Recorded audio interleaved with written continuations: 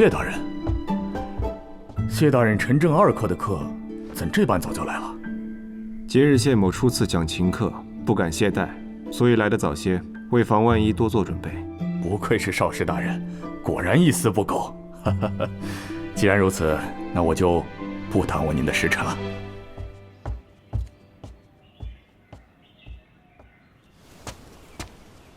进来坐下吧，摆好琴，稍后开课。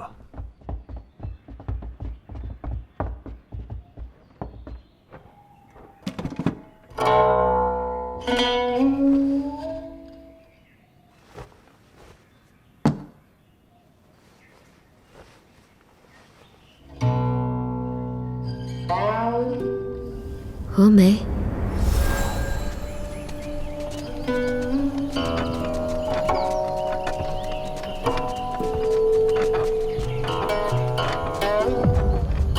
停！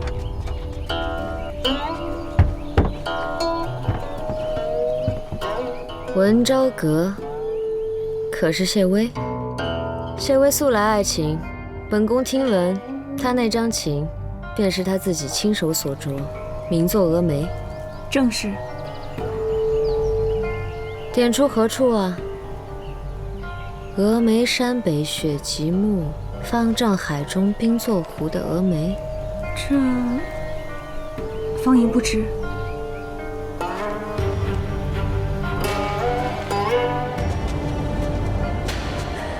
娘娘，娘娘，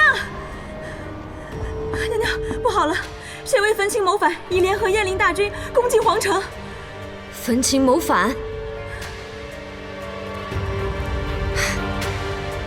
原来是一阵高明满帝都，归时还弄峨眉月的峨眉。好你个谢微！所以谢微上一次最终是当皇帝了，还是去弄那峨眉月了？莫天下之大不韪的事情做了那么多，又造下那许多的杀孽，若是最终不当皇帝，下场恐怕好不到哪儿去吧。谢某知道，诸位姑娘，包括长公主殿下在内，都对琴有所了解，但谢某希望大家将往日所学全部忘掉，从头来过。琴道不易，有时其难更甚于读书。所谓3年小成，5年中成，7年大成者，乃以数论。然则学琴是道，有了道，方能称得上有成。你等年岁不大，半年的时光，谢某实也教不了什么，但若能得其皮毛，略通其术，也算不差。先生说的这样难，那你学了多少年琴？现在算是什么境界呀？谢某自4岁开始学琴，如今勉强算是摸着门槛吧。那得学了有20多年，这才小成。我算愚钝的，诸位若是天资聪慧，有灵性，用不了这么久。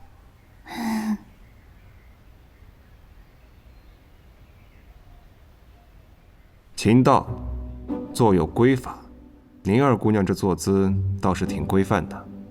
先生谬赞了。琴倒是一把好琴，弹一段高山吟，让我看看你的指法。高山吟？梅花弄一课。先生见谅，学生不善弹琴。照本宣科总会吧。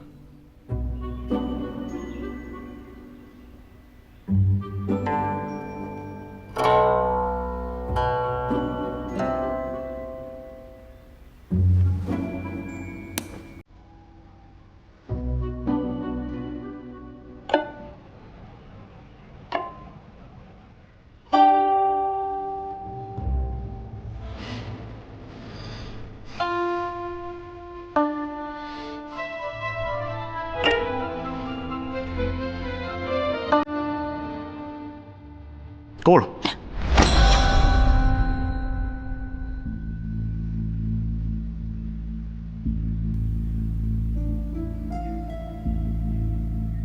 做的这般架势，却弹成如此模样，宁儿，你是完全没学过是吗？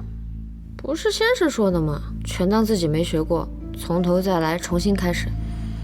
只可惜这把好琴落在你的手里。那要不我换一张烈琴？江雪宁，往日只知你顽劣，没想到如此不成器，还不出去！我站到下课，不许偷懒。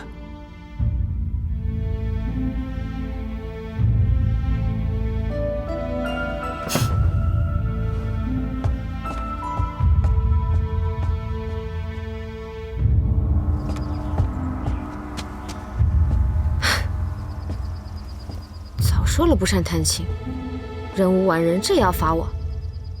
今日上2堂课，罚2堂课，真是倒霉到家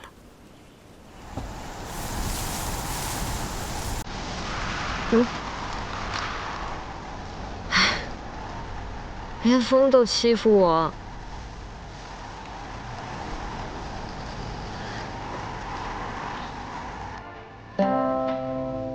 不错。薛姑娘照着此法练习便是。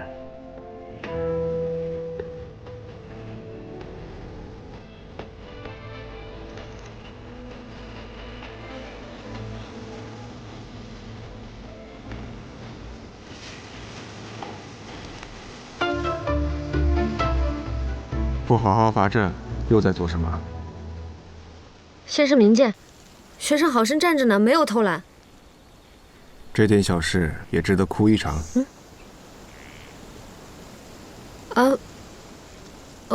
我没有。不用逞强，我知道，想必是昨日在泰安殿吓着了吧？不是吧？原来谢薇吃这一套。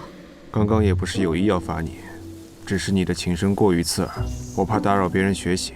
我也知道这几日你在担心燕玲的状况，一时弹不好也能理解。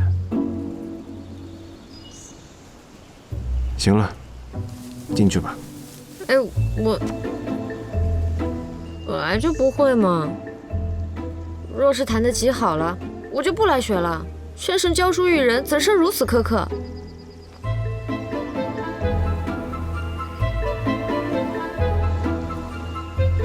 那你还想怎样？虽然学生一心向学，然受天资所困，只能忍痛断念。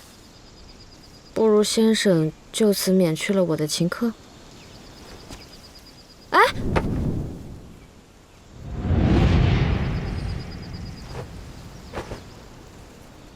不演了？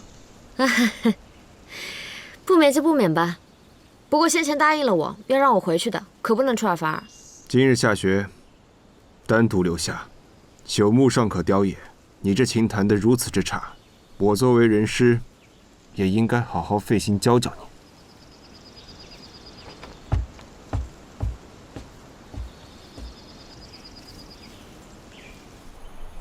我是百思不解，逆党好不容易渗透宫中，不刺杀不下毒，就弄个玉如意，再写些不痛不痒的字迹，有何意义？在殿下看来是不痛不痒，有言之，在旁人的眼里，不是一根刺吗？如今我是越来越不懂母后了。皇兄常年身子不好，满朝文武都还未提继承之事呢，他却几次三番的逼我，难道我的人生为他而活？那殿下呢？是当真不想当皇太帝吗？旁人不懂就算了，你与我多年至交，你还不懂我吗？什么皇太帝，什么临淄王，我就只想做个平凡的人，逃离那满目的虚伪之事，真真正正的做一回自己。谁人不想呢？不过是百般辛苦，求而不得。有些人争权夺势，有些人却避之不及，唯有造化二字罢了。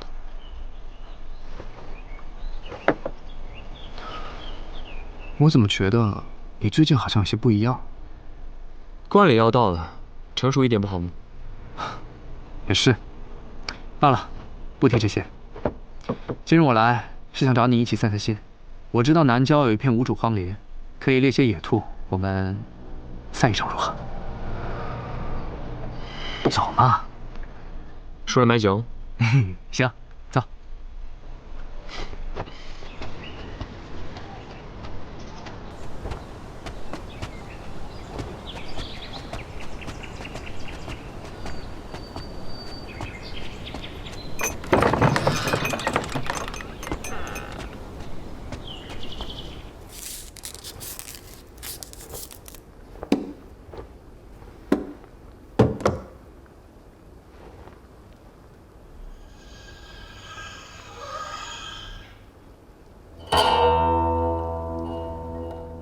听说宁二姑娘昨日在宁安宫门口救了个叫郑宝的小太监。哦，是公主救的。是吗？我是帮了一点，唉，路遇弱小，随手解救，举手之劳，不足先生挂齿。我以为经过几桩事情之后，你我之间还算得上是信任。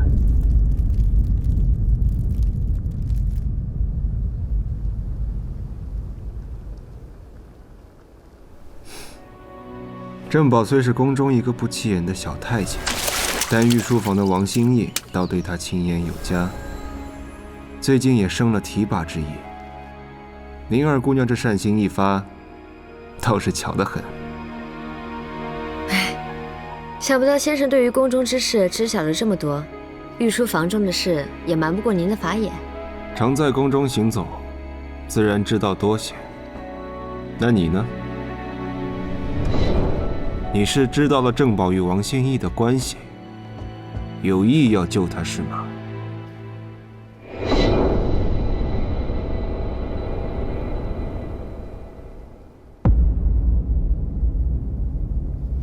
什么王心义、王就义的，我不过才入宫没几天，哪里晓得？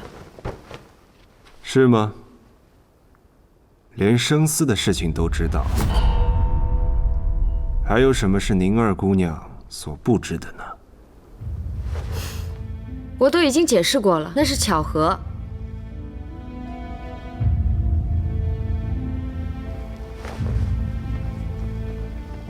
玄宁初到宫中无依无靠，先生一意要我入宫，公主又对我百般照顾，我是出尽了风头，必招人眼红。若是没个照应，只怕他日连怎么死的都不知道。所以我才想着，若是能救下个小太监，也许将来有用。我心思是不纯，可此事一无关燕仔安危，二不违我对先生的承诺，先生却只知疑心我，这也算信任吗？你心里委屈？明明是先生自己说的，在您面前我不必装。如今我说了真话，你不会又生气了吧？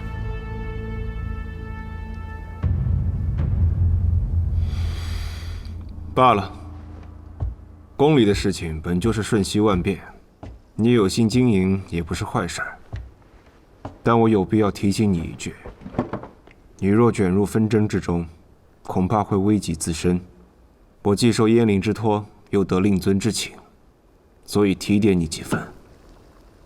你年纪尚小，小心行事，切莫行差踏错。说的好像你多大似的。你说什么？我的意思是，那郑宝真的那么厉害，将来会被那什么王心义提拔吗？他再厉害也没你厉害。行了，把课上学的曲子再弹一遍给我听听。真要上课啊？怎么不愿上课？行啊，那就耗在这里，等落月了再回去。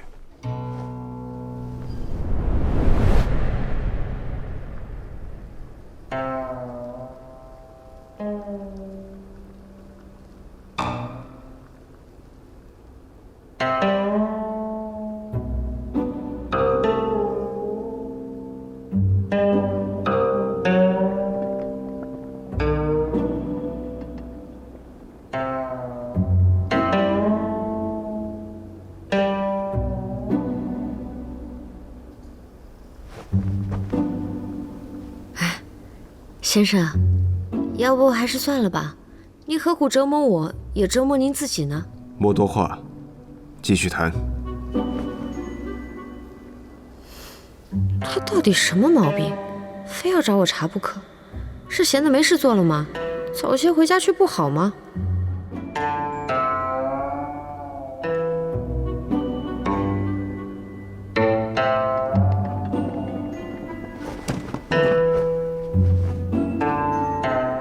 此曲通篇相应，讲究的是每一句的句末都要一散一暗。你弹的时候弦按得太紧了，需要再放松一些。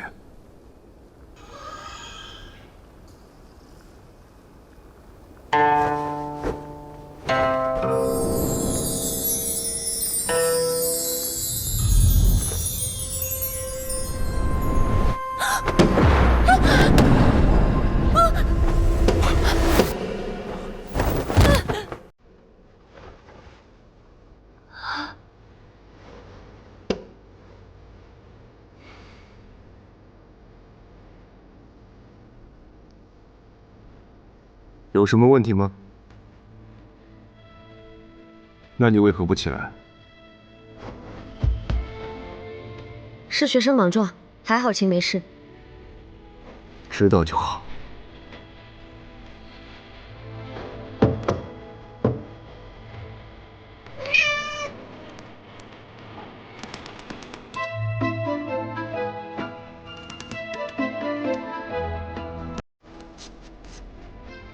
哎，蓝脸人的小猫啊，好生可爱。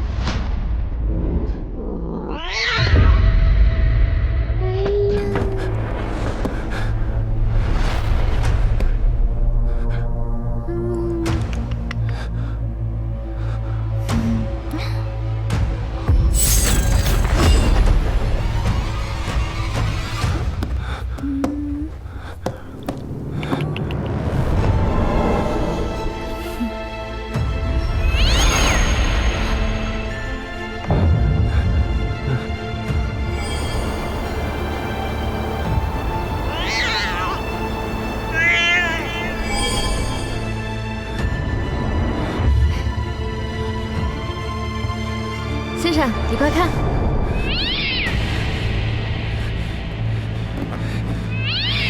先生，你看！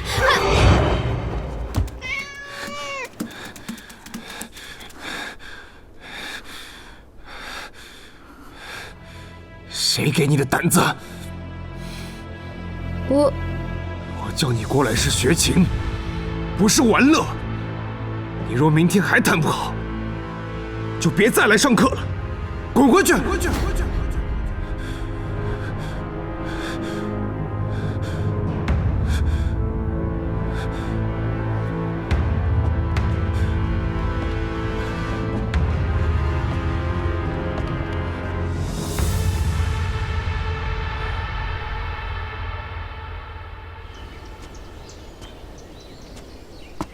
还说什么彼此信任，想翻脸就翻脸，喜怒无常。本还想问问他玉如意的事，现在，哼。江二姑娘，见过江二姑娘。昨日多谢姑娘出言相救。你怎知是我救的你？昨日可是公主殿下出言保的你。正宝自幼便入宫了，该明白的事自然是明白的。这宫中多是些明哲保身之人。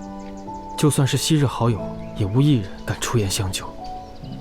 唯有姑娘，分明素不相识，却敢在那种时候为我开口。正宝，谢姑娘大恩。但你可知道，我出言救你，目的并不单纯。失望吗？失望倒也谈不上，只是有些困惑。所以你今日来找我是为了报恩？本是打算如此。那现在呢？您救了我，若是不说，的确目的不纯；可既宣之于口，目的便很纯粹。这倒也是，毕竟是想施恩于你，让你为我所用嘛。您很坦荡。那是你没见过我虚伪的时候。啊，姑娘，您说什么？我知道你是一个老实的好人，若有一腔忠心，也该交付给值得的人才是。